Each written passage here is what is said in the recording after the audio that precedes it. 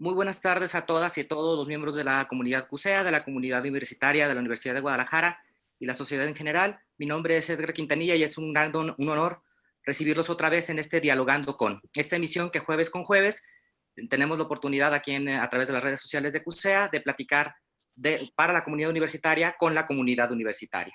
El día de hoy el tema que tendremos será agua en la zona metropolitana de Guadalajara, retos y oportunidades, para lo cual nos acompaña el doctor Jesús Arroyo Alejandre.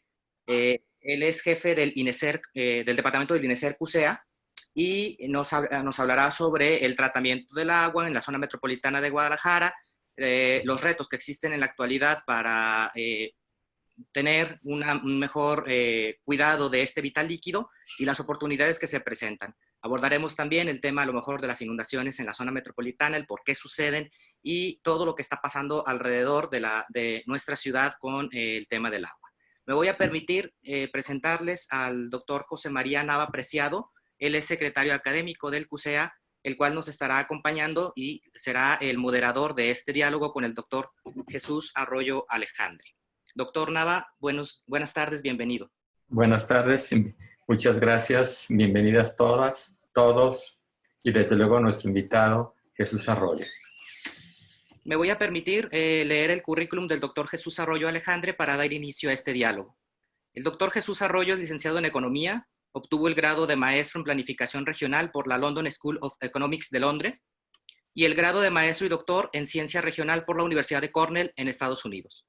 Es profesor investigador de tiempo completo en la Universidad de Guadalajara y actualmente jefe del Departamento de Estudios Regionales INESER de esta universidad.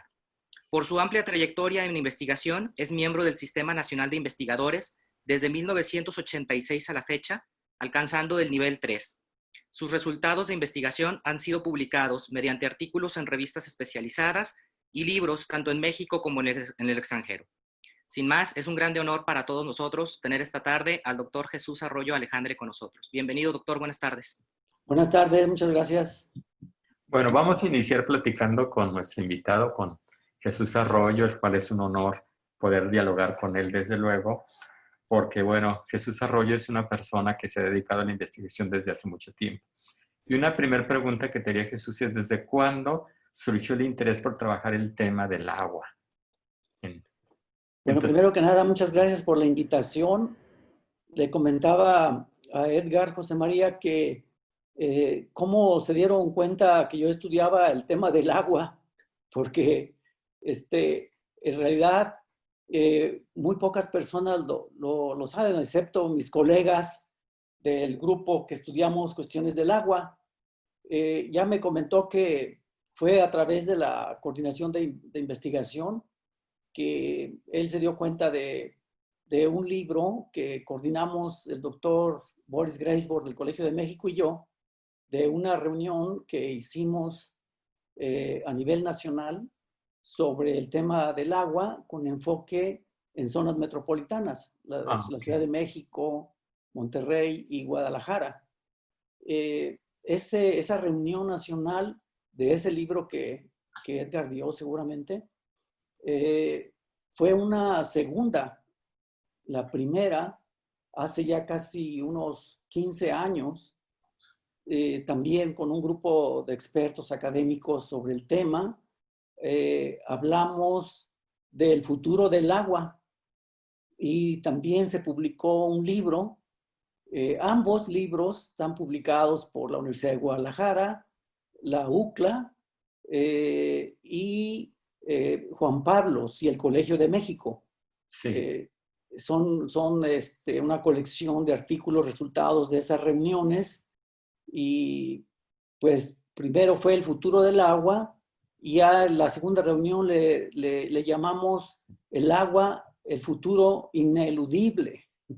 Entonces tiene un poco de perspectiva. Intentamos que los investigadores pues hablaran un poco de lo que va a pasar o puede pasar en el futuro. En realidad, muy pocos lo hicimos, pero sí planteamos la situación o analizamos la situación actual, en mi caso, pues, de la zona metropolitana de Guadalajara, para pues, hacer algunas propuestas respecto a un futuro ineludible que todos nosotros tratamos de visualizar.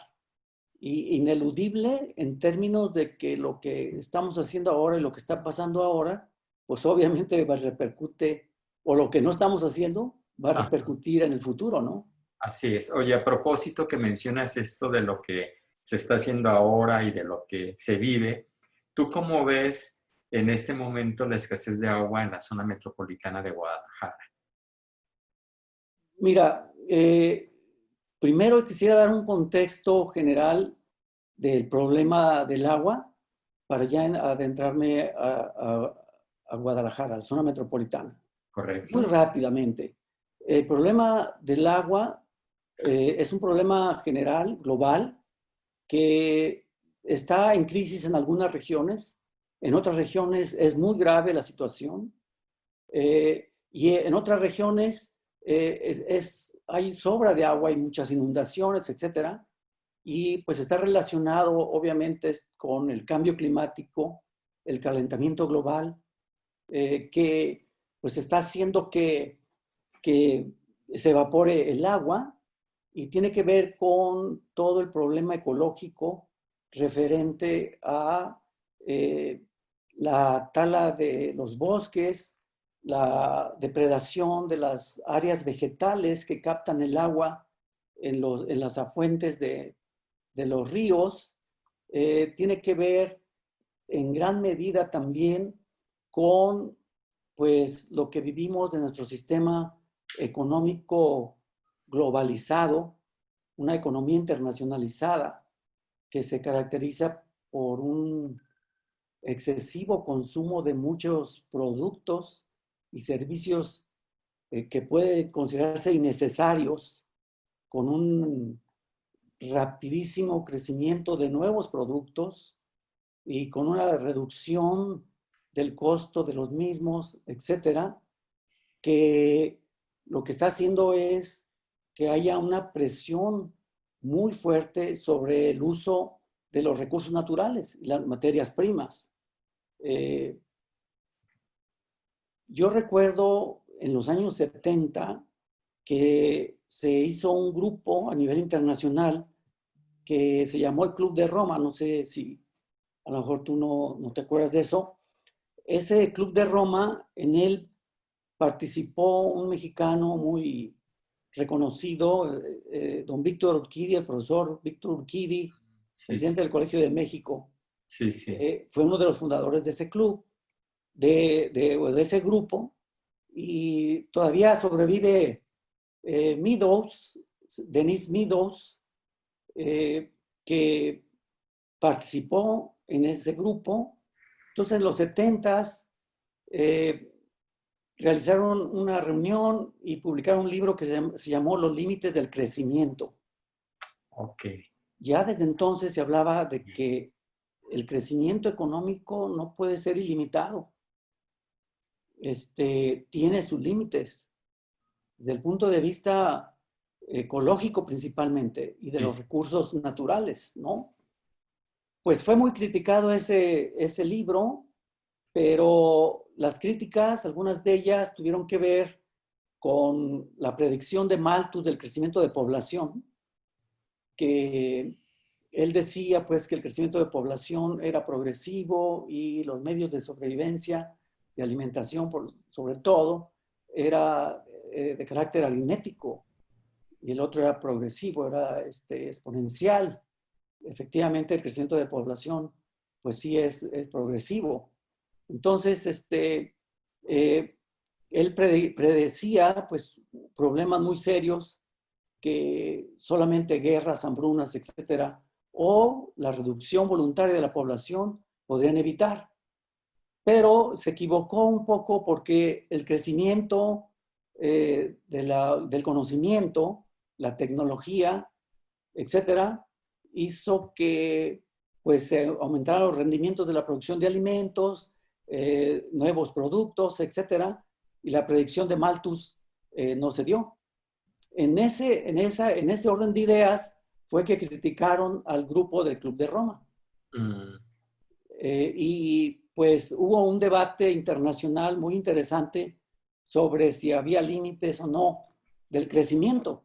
Sí, Pero posteriormente, cuando se empiezan a ver los problemas de escasez, de muchos recursos, el calentamiento global, el cambio climático, que pues en aquel entonces, en los 70s del siglo pasado, pues no se le daba tanta importancia a su estudio ni lo que estaba pasando.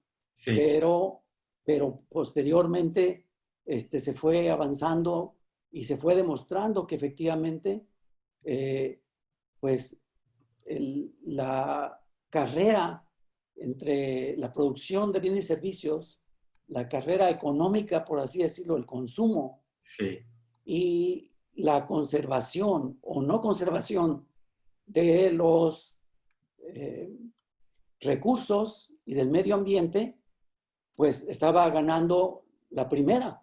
ajá, De manera que la carga principal eh, de la economía se va hacia los recursos naturales. sí, Y esto más en el proceso reciente, digamos, de unos 40 años para acá, de la rapidísima internacionalización de la acentuado, economía, la globalización. sí, Luego también se discute y se analiza el hecho de que así como la economía se globaliza, pues ya la cuestión del medio ambiente, el cambio climático, no es un asunto local, ni, ni el estatal, ni país, nacional, es internacional. Lo que hagan los chinos pues, va a afectar a todo el mundo, lo que hagamos nosotros va a afectar a todo el mundo.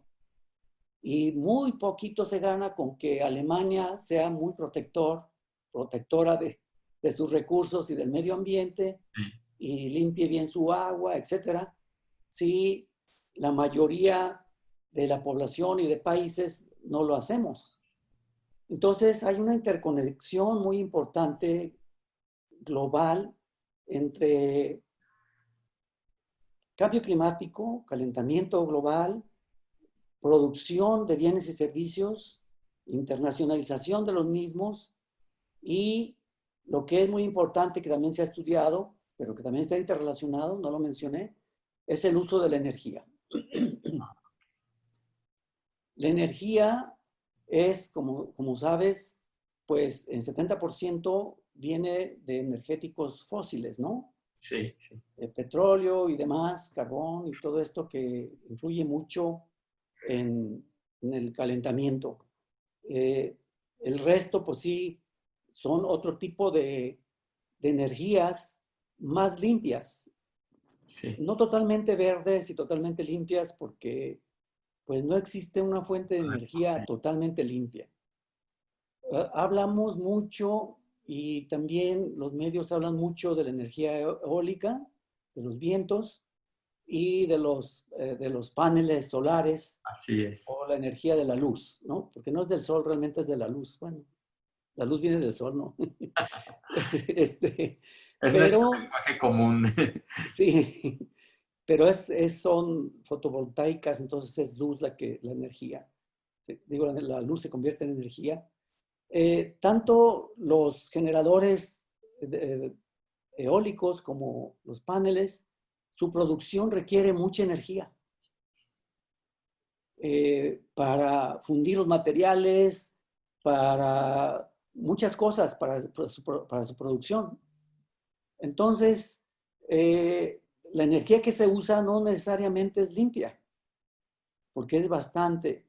Por ejemplo, nada más los marcos de aluminio de los paneles solares, Solares, sí, el aluminio requiere una gran cantidad de energía que, como te menciono, no necesariamente es limpia. Entonces, sí, hay energía limpia, es un balance de lo que te ahorras de la energía no limpia y lo que usas de energía no limpia para producir los instrumentos para tener la energía limpia. Entonces, la ganancia neta es pequeña. sí, Entonces, quienes tenemos muchísimas esperanzas en los paneles o la eólica, pues estamos un poco pues exagerando. En realidad Ajá. es poco lo que ganamos. Así es, porque se Entonces, vuelve chatarra después, ¿verdad? esa es la otra cosa, el reciclado. ¿Cómo te deshaces de los paneles? ¿Cuántos componentes se reciclan? Y también de los generadores eólicos, ¿no? Sí, Eh, ese reciclado lleva energía, que también no necesariamente es limpia. sí. Ahora, si hablamos de energía acumulable en baterías, las baterías de los carros eléctricos, de las computadoras, etcétera, también requieren energía para producirlas. Y luego tenemos un problema para el desecho. Entonces, pues, si un porcentaje entre el 30 o 20% es energía, entre comillas, limpia, en realidad es menor, ¿no? Sí, Y el ritmo de crecimiento industrial y el uso intensivo de la agricultura y de las tierras, y la necesidad de producir alimentos, por ejemplo, la carne, sí, que es las vacas, como saben, pues son los principales animales que contribuyen a la capa de ozono, ¿no? Y al calentamiento global. Entonces son miles de millones de vacas por nuestra dieta, ¿no? Rica en carnes.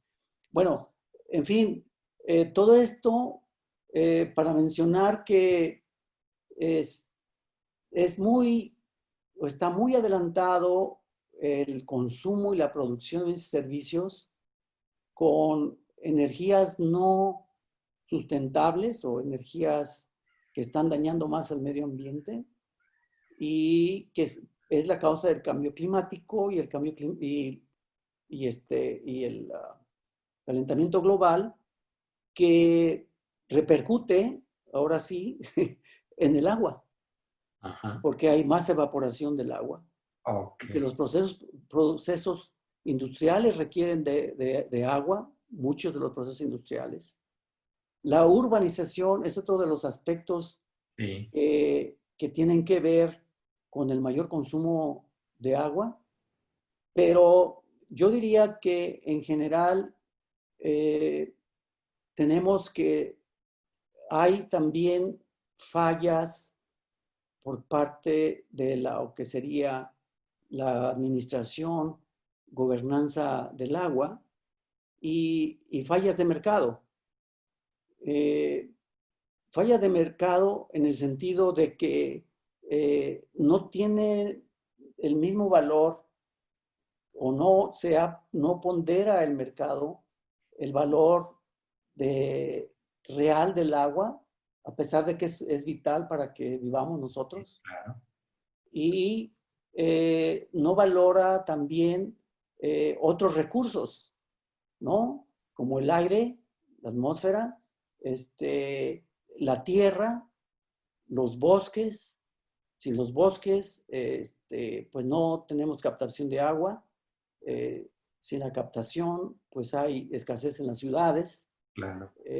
Y la parte de la vegetación, digamos, normal de captación de agua, que cada vez se va reduciendo por la necesidad de tener tierra para cultivo y para Vivienda en Guadalajara. sí, en el caso de las ciudades es para vivienda, para tierra para desarrollo urbano, por Sí, supuesto. sí, Pero yo quería mencionar esto por su importancia, la agricultura, porque el 70% más o menos del agua se usa en el riego, en la producción de alimentos.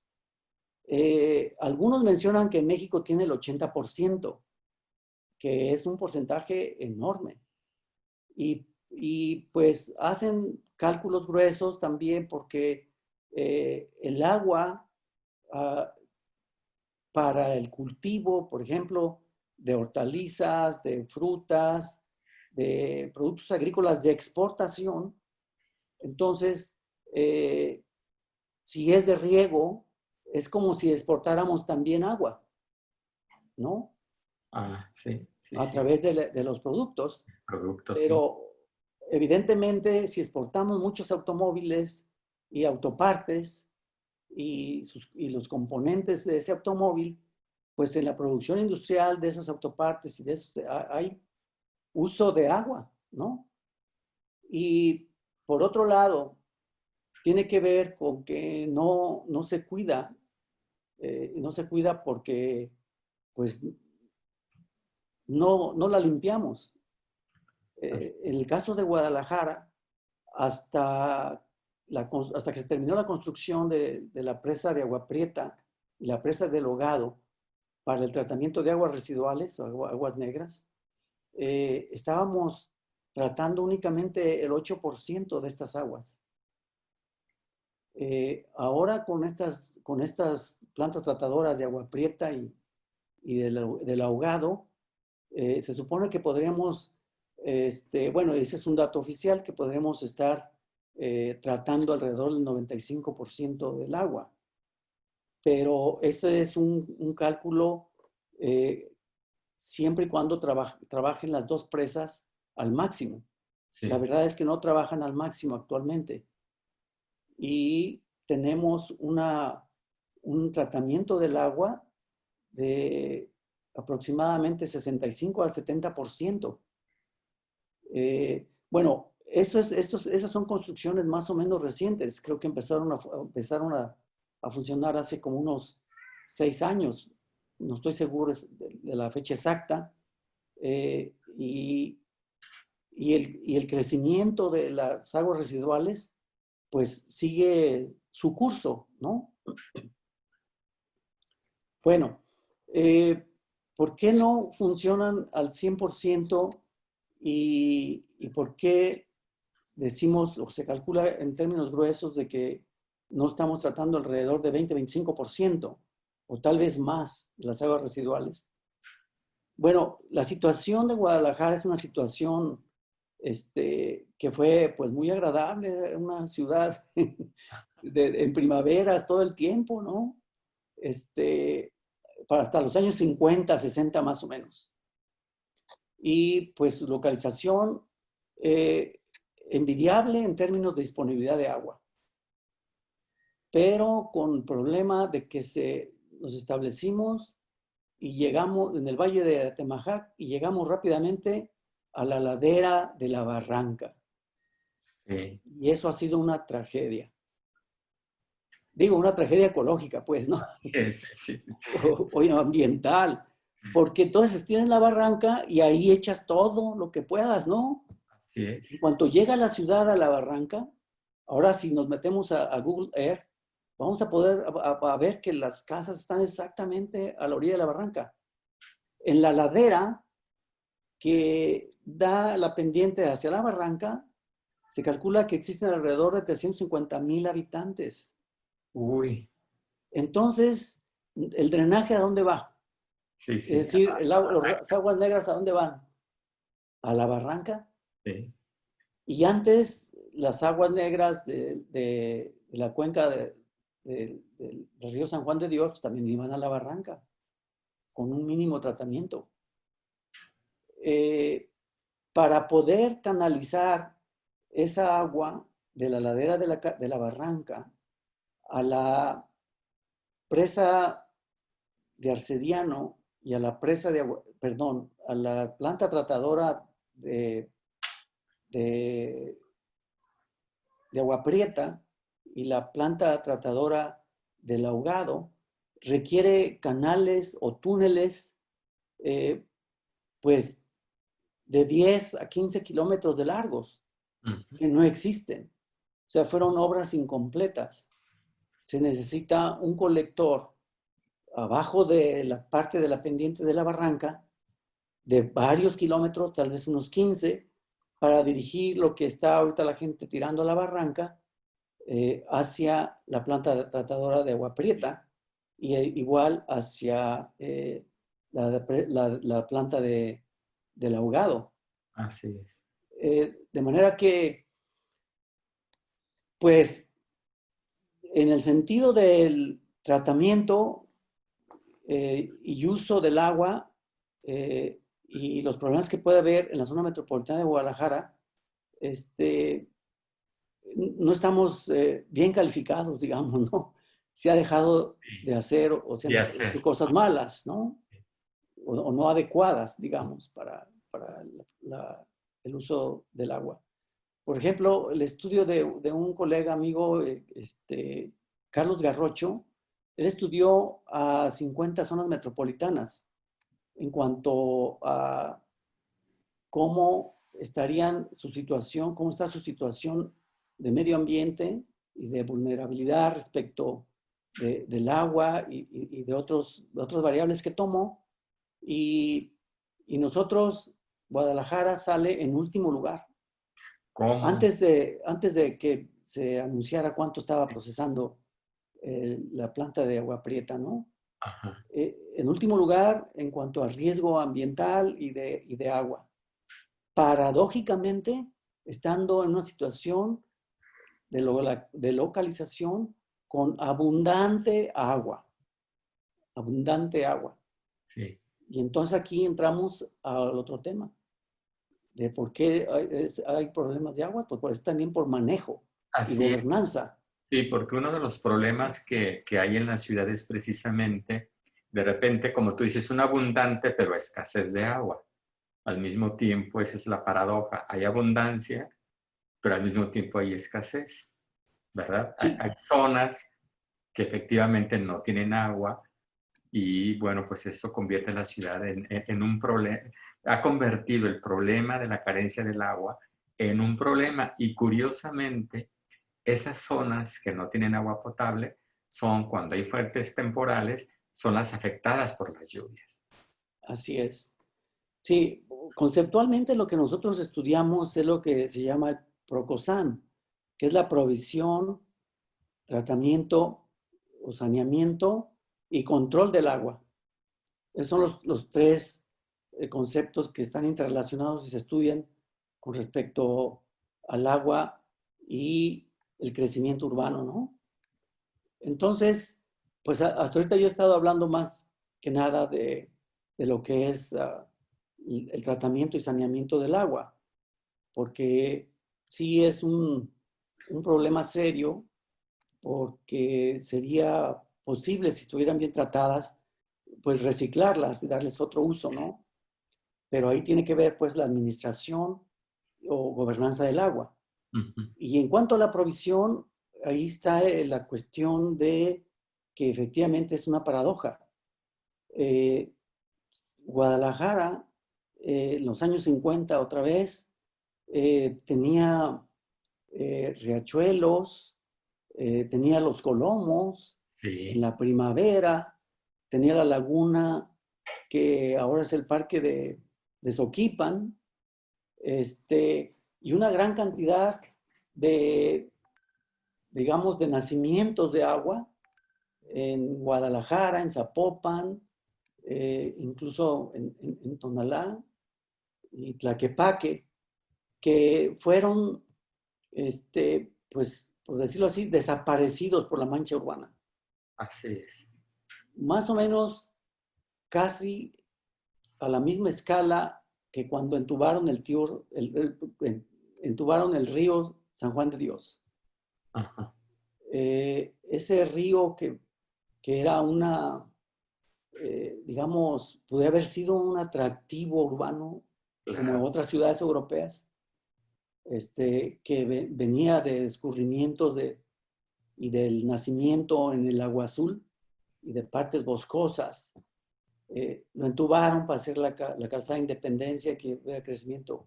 Bueno, primero empezaron a echar agua negra, ¿no? Y basura y todo eso. Y bueno, pues lo que convino en aquel tiempo a los intereses X fue entubarlo, ¿no? Pero ya para el futuro no fue tan conveniente. claro. Bueno, en ese mismo tenor, pues sucedió en Los Colomos, en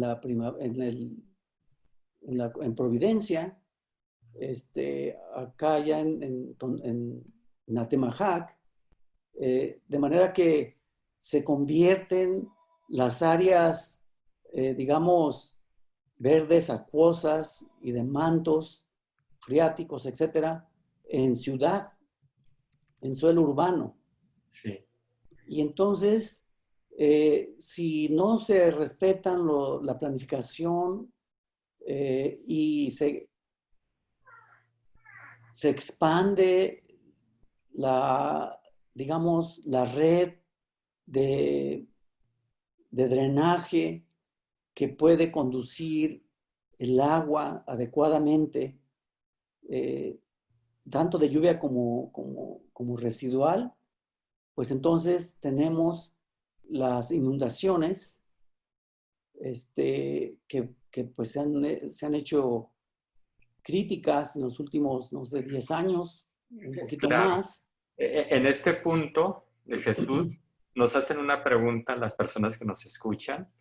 Nos dicen, ¿por qué las plantas tratadoras no trabajan a su máxima capacidad? ¿De qué depende que lo hagan? Y hay otra que se relaciona con este último que nos decía, es ¿por qué no se capta y usa el agua de lluvia que inunda la zona metropolitana de Guadalajara? Bueno, para usar el agua de lluvia necesitaríamos una red de agua paralela. Tendríamos como 3 redes, digamos, ¿no? La red de agua negra, la red de lluvia y la red de agua potable. O bien, o evidentemente el agua de lluvia se tiene que potabilizar. Eso es muy caro a nivel de una ciudad. Pero a nivel de viviendas es posible tener tecnologías, como el caso de Israel y otros países, para que las personas aprovechen el agua de lluvia.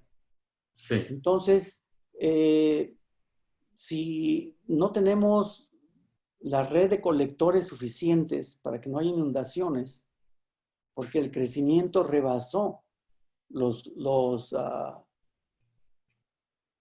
colectores que se construyeron, por eso tenemos las inundaciones. Lo adecuado que sí tienen algunas ciudades de países desarrollados, pues es tener como 2 redes, ¿no? Okay. De agua y aprovechar el agua de las lluvias. Sí. Pero el asunto de los colectores es un asunto también de administración y gobernanza. El último colector que se construyó, me parece que fue alrededor de los finales de los años 70, principios de los 80, que hasta hicieron un monumento, no sé si lo hayas visto, José María, en frente de tránsito. Así es, sí, claro. Esa ha sido una de las inversiones más fructíferas y grandes de la red para control del agua. Pero ahí se quedó, ya no hubo más. Y ahí de esa red primaria se han estado colgando, pues yo calcularía que al menos 1 millón más de habitantes con su respectiva mancha urbana. Y esto hace que las cuencas que están en la ciudad, en la zona metropolitana, pues en muchas partes de estas haya inundaciones, ¿no? Porque además los escurrimientos naturales fueron tapados, ¿no? Fueron entubados, fueron urbanizados, por así decirlo. Las cuencas principales de la zona metropolitana, como sabemos, pues es la de San Juan de Dios, la más importante, más grande, no, quién sabe, en términos de población, no la más grande. La cuenca del Ahogado, que en un principio, de acuerdo con los planes urbanos de los principios de los 80, era una zona no urbanizable, porque ahí se estanca el agua, por eso se llama la cuenca del Ahogado, porque se acaba el agua, hay muchos mosquitos, todavía el aeropuerto tiene muchos mosquitos, ¿no? Sí. Pero ahí no iba a haber urbanización de acuerdo con los planes, pero no se respetaron. Sigue la urbanización, irregular, etcétera. La ciudad ya está llegando a Chapala, prácticamente. Bueno, pero ya es otra cuenca ya, ¿no? Así es. Y luego está la cuenca del Río Blanco. Esas tres cuencas son las más importantes de la ciudad de Guadalajara. En la cuenca del Río Blanco, toda el agua negra va a la barranca, no va a Agua Prieta, a la planta de tratamiento de Agua Prieta, va a la barranca. Y en esta cuenca, que también los planes urbanos de principios de los 80 eran no urbanizable, pues no tiene colectores, por supuesto, ni plantas de tratamiento. Las pequeñas plantas que tenía en Río Blanco, pues ya no funcionan desde hace años, pero es insuficiente, Sí, sí. porque allá tenemos todo el desarrollo de Tezistán, los molinos, todo a lo largo de la salida a Colotlán, Así es. son decenas de miles de habitantes. Y el desarrollo urbano ahora actual y planeado, que va a estar Valle Imperial, Capital Norte, que va a llegar hasta San Esteban y el Cerro del Diente. Entonces, la cuenca a donde va a llegar el agua, tratada o no, es la de Río Blanco. Y Río Blanco va a parar a la barranca. Y de Entonces, ahí al río Santiago y toda contaminada, ¿no? y entonces Jesús, hay una pregunta que nos hace eh, un profesor de Cutonalá, que dadas estas situaciones en este momento, garantizar el acceso al agua para reducir la desigualdad en la zona metropolitana de Guadalajara es algo que tú ahora sí en ese futuro ineludible, no lo ves como posible, vamos.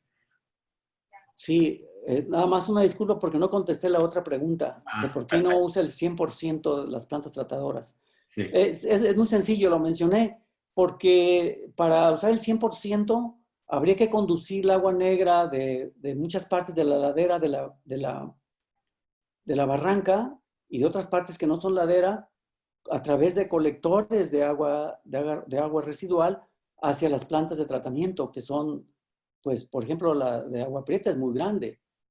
Tiene capacidad para 8.500 litros por segundo, pero no está a toda su capacidad.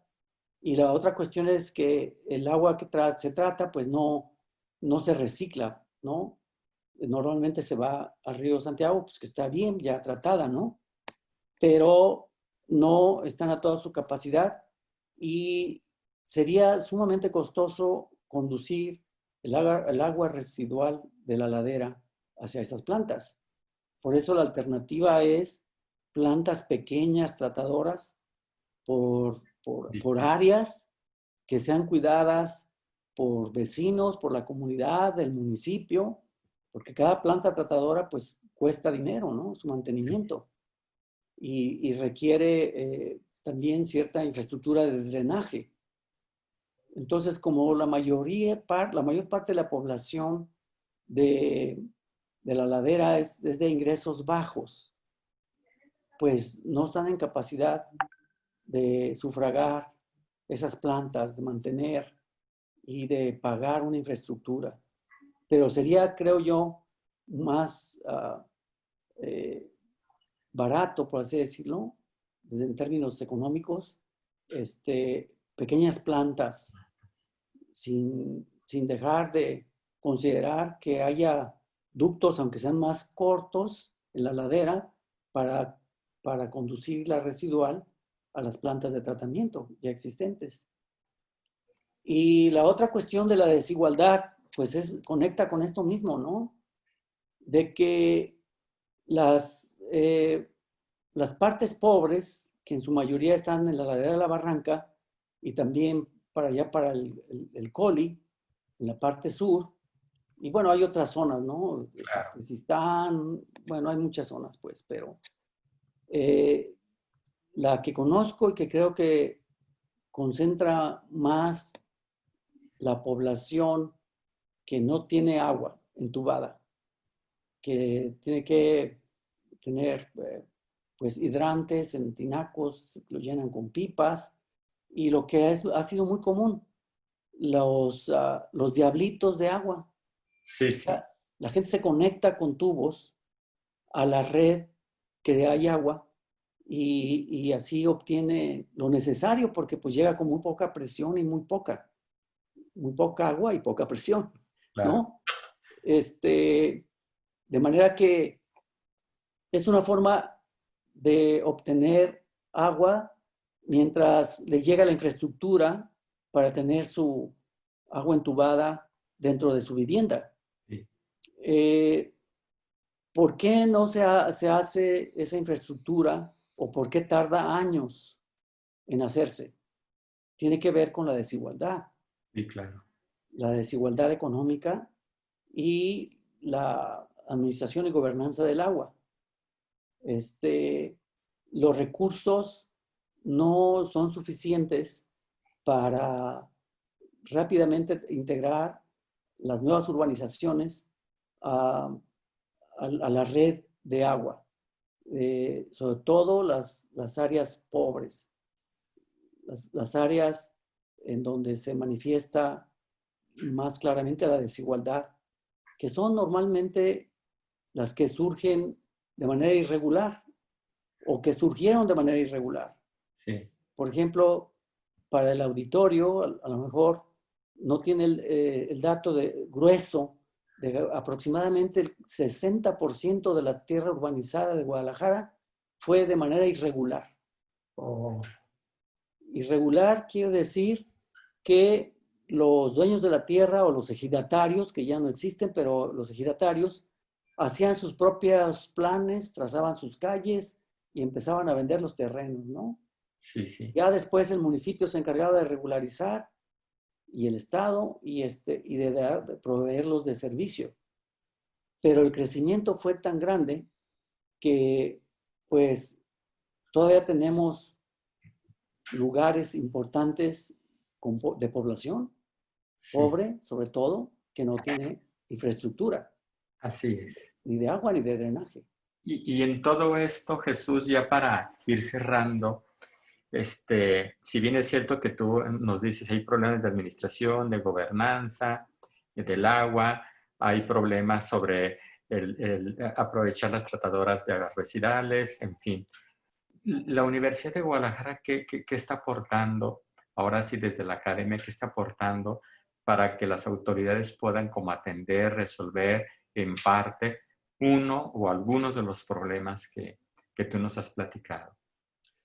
Bueno, solamente en el CUSEA habemos, yo creo que 3 investigadores que trabajamos el tema del agua y que hemos estado publicando al respecto, pero yo sé que también en el CUSEI hay otras personas, en el CUCBA también hay investigadores sobre el tema y dentro de la gobernanza del agua, en el CEA existe un consejo consultivo en donde deben estar participando universidades. Y bueno, la participación es obviamente con los expertos académicos que tienen ahí un lugar para exponer sus resultados y hacer propuestas de mejora, etc. Asimismo, la sociedad civil tiene otro lugar en estos consejos consultivos y también la parte empresarial. Sí, Entonces, eso es parte de la compleja e ineficiente gobernanza del agua, no solamente de la zona metropolitana, donde pues interviene el CEA, que antes era el CEAS, y el CIAPA, que es el sistema intermunicipal, sino de manera importante la CONAGUA, la Comisión Nacional del Agua, que tiene su oficina en la región hídrica 13, donde pertenecemos nosotros. Entonces, es un complejo sistema u organización de gobernanza desde lo federal hasta lo municipal para hacer frente al PROCOSAM. Sí. provisión, control y saneamiento del agua. Pero sí, la universidad participa pues también con resultados que se publican, que seguramente llegan a los tomadores de decisiones, etcétera. Pero la cuestión es que la centralización y la complejidad de esta gobernanza y administración del agua resulta en una muy poca participación de la sociedad en su conjunto, pues. Ujú. Y realmente está diseñada como para que sea más bien la toma de decisiones por medio de los intereses, pues, económicos más que nada, ¿no? Los intereses económicos de quienes construyen la infraestructura, las presas, etcétera, ¿no? Sí. Entonces, ese otro tema es realmente fascinante porque esa es la médula del asunto. Claro. La administración y gobernanza del agua. Entonces, cuando nosotros comparamos el Monterrey con la zona metropolitana de Guadalajara, bueno, Monterrey está en un desierto, como saben, ¿no? Sin embargo, tienen su organismo de gobernanza muy eficiente y también es descentralizado, como aquí una OPD, descentralizado. Pero tienen maneras muy eficientes de tarifarias para las tarifas, de ahorro del agua, y pues su sistema de toma de decisiones no es tan complejo como el de aquí. Entonces, aquí con una abundancia de agua, tenemos problemas de provisión, y en el estío hay que hacer tandeos. Sí. Ahora, esto lo puedo explicar rápidamente si hay tiempo a través de un concepto. Sí. Que se llama el rezago tecnológico. Es el concepto de un investigador norteamericano, Gopal Kumar, de origen hindú. El receso tecnológico o technological recess es lo siguiente. Sí. Se provee de infraestructura de acuerdo con digamos, los intereses económicos más fuertes para obras grandes que requieren tecnologías sofisticadas y grandes inversiones, porque ahí está la ganancia de muchas empresas dedicadas al agua. Sí. Y en cambio se deja a mucha población que no tiene recursos y que no es rentable meter infraestructura. Ajá.